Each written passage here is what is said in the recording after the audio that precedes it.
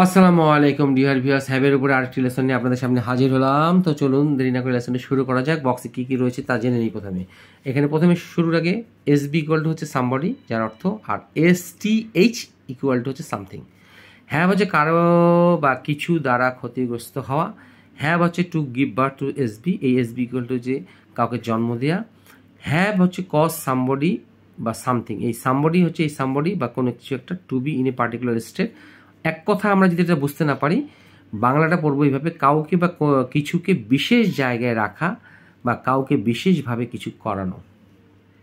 এটা আমরা হয়তো বুঝবো না, এক্সাম্পল ফলো করলে ক্লিয়ার হয়ে যাবে। আরটা হচ্ছে হ্যাভ, টেক আফটার এসবি, এটা হচ্ছে take care of SB. Take care of, এটা অফ এসবি, কারো দেখাশোনা করা বা কোনো কিছু দেখাশোনা করা আপনার বাড়িতে কিছু সময়ের জন্য, স্বল্প সময়ের জন্য কোনো ব্যক্তি বা বস্তুকে দেখাশোনা করা। আচ্ছা, এখন আমরা দেখে নিই।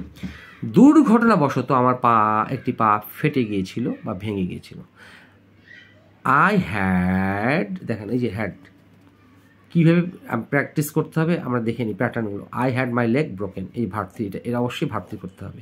আমার পা ভেঙে গেছিল, আমি তো ভাঙিনি, ভেঙে গিয়েছিল, কোনো না কোনোভাবে ভেঙে গেছিলো।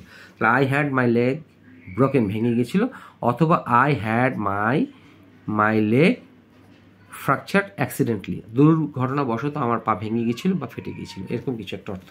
এক কথা ভেঙে গিয়েছিল।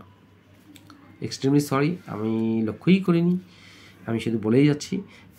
এক্সট্রিমলি সরি যে আপনাদেরকে বোঝানোর সময় হয়তো আপনারা লক্ষ্য করতে পারেনি। আমি আবার দেখানোর চেষ্টা করছি। I had my leg broken বলতে পারি, অথবা I had my leg fractured accidentally.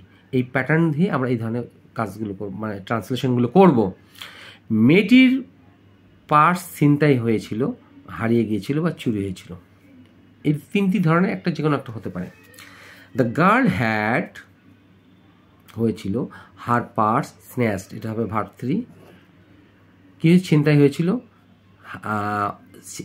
এই স্ন্যাচড এবং মার্কড একই অর্থ, ছিনতাই হয়ে গেছিল, হারিয়ে গিয়েছিল। The girl had her purse lost, হারিয়ে গিয়েছিল, লস্ট হয়ে গেছিলো। আর একটা হচ্ছে চুরি হয়ে গেছিলো, হ্যাড হার পার্স স্টোলেন, চুরি হয়ে গেছিল। প্যাটার্নটি আশা করি বোঝাতে পেরেছি। এটা খুব একটা ইম্পর্টেন্ট, এগুলো আসলে খুব চিন্তা ভাবনা করে কাজ করতে হবে, নাহলে পড়তে পারবেন না। এখন আসি 3 নাম্বার এক্সাম্পলটিতে, জন্ম দেয়া। এই যে টু গিভ বার্থ টু, জন্ম দেয়া। মহিলাটি আগামী মাসে একটি সন্তান জন্ম দিতে যাচ্ছে। পুত্র সন্তান, এখানে একটি পুত্র সন্তান জন্ম দিতে যাচ্ছে। The woman is going to, দিতে যাওয়ার ইংরেজি have a baby boy next month, হচ্ছে পরের মাসে, আগামী মাসে একটি পুত্র সন্তান জন্ম দিতে যাচ্ছে। হ্যাভ এ বেবি বয় অর্থাৎ পুত্র সন্তান দিতে যাচ্ছে আর কি। আচ্ছা, এখন আসি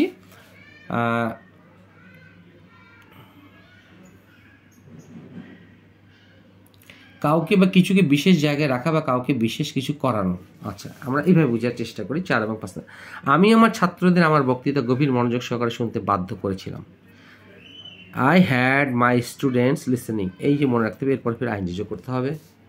I had my students listening to my lectures. Listen to, base word হচ্ছে listen to, LISTEN, listen to SB, মানে মনোযোগ সহকারে শোনা।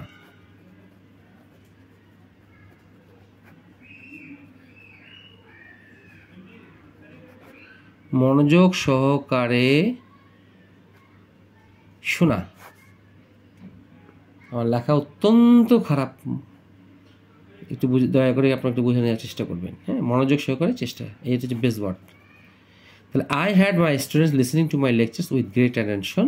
অত্যন্ত মনোযোগ সহকারে অর্থ হচ্ছে, বলছি যে গভীর মনোযোগ সহকারে। এই গভীর মনোযোগ সহকারে ইংরেজি অর্থ হচ্ছে উইথ গ্রেট অ্যাটেনশন, এই গভীর মনোযোগ সহকারে।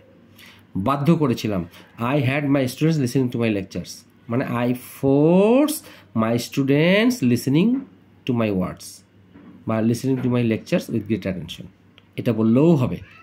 আমি সময় মতো সব কিছু প্রস্তুত করতে পছন্দ করি। তাহলে I like to have everything ready in time, এই ইন টাইম হচ্ছে সময় মতো।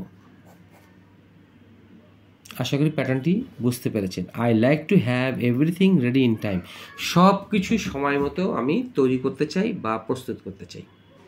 এখানে গেট দিলেও হবে, I like to get everything ready. এটা হ্যাবের জায়গায় আমরা গেটও দিতে পারি, জিইটি, হয় আমরা এটা দিব না এটা দেবো। এখন আসি হ্যাভ মানে হচ্ছে দেখাশোনা করা। দেখাশোনা করা স্বল্প সময়ের জন্য কারো বাসায় কাউকে রেখে যাওয়া এবং তাকে দেখাশোনা করা। দেখাশোনাটা কি দেখি, তুমি কি আমার বাচ্চাকে কিছুক্ষণের জন্য তোমার বাসায় রাখবে, অর্থাৎ দেখাশোনা করবে। আচ্ছা, will you have my child, আমার বাচ্চাটাকে রাখবে, ফর এ শর্ট হয়, অর্থাৎ তুমি কি আমার বাচ্চাটাকে দেখাশোনা করবে। Will you take care of my child, আমার বাচ্চাটাকে দেখাশোনা করবে, ইন ইউর তোমার বাসায় রাখবে, দেখাশোনা করবে, ফর এ শর্ট হয়, কিছুক্ষণের জন্য। আশা করি এই লেসনটি সক্ষমভাবে বোঝাতে সক্ষম হয়েছি। ভালো লেগে থাকলে অবশ্যই লাইক শেয়ার কমেন্টস করবেন, যাতে করে আপনাদের মধ্যে লেসনটি দ্রুত অন্যদের কাছে পৌঁছে এবং তারা উপকৃত হয়। আসসালামু আলাইকুম।